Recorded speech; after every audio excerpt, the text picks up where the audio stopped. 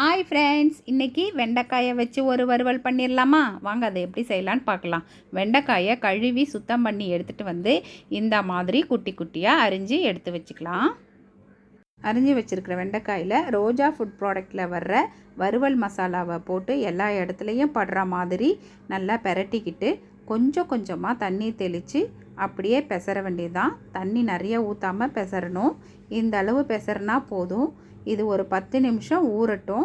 வெண்டைக்காய் சாப்பிட்றதால பல நன்மைகள் இருக்குங்க. உடல் எடையை குறைக்க உதவுது, அல்சர் குணப்படுத்துது, இதயத்துக்கு ரொம்ப நல்லதுங்க. இன்னும் சொல்லப்போனால் சர்க்கரை நோயாளிங்க சாப்பிட்டா சர்க்கரை அளவை குறைக்கிறதுக்கு இது உதவுது. அதாங்க வெண்டைக்காய் 10 நிமிஷத்தில் ஊறிடுச்சு. வானல் அடுப்பில் வச்சு எண்ணெய் காஞ்ச உடனே அதில் கொஞ்சம் கொஞ்சமாக எடுத்து போட்டு நம்ம பொரித்து எடுக்க வேண்டியதுதான். நம்ம பசங்கள்லாம் எங்கெங்கே வெண்டைக்காய் சமைச்சா சாப்பிட்றாங்க? பொரியல் பண்ணால் ஒதுக்கி வச்சிட்றாங்க, சாம்பாரில் போட்டால் எடுத்து போட்டுடுறாங்க. அந்த மாதிரி இருக்கிற பசங்களுக்கு இந்த மாதிரி நம்ம வறுவல் மாதிரி செஞ்சு கொடுத்தோன்னா வேண்டான்னு சொல்கிறதுக்கு வாய்ப்பே இல்லைங்க.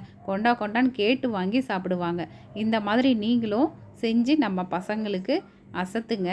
செம்ம சூப்பராக இருக்கும். அவ்வளோதான் ஃப்ரெண்ட்ஸ், சூப்பரான வெண்டைக்காய் வறுவல் ரெடி. ஓகே ஃப்ரெண்ட்ஸ், புதுசாக பார்க்குறவங்க சப்ஸ்கிரைப் பண்ணுங்கள், லைக் பண்ணுங்கள், முடிஞ்சால் அப்படியே ஷேர் பண்ணிடுங்க. அடுத்த வீடியோவில் பார்க்கலாம். பாய்.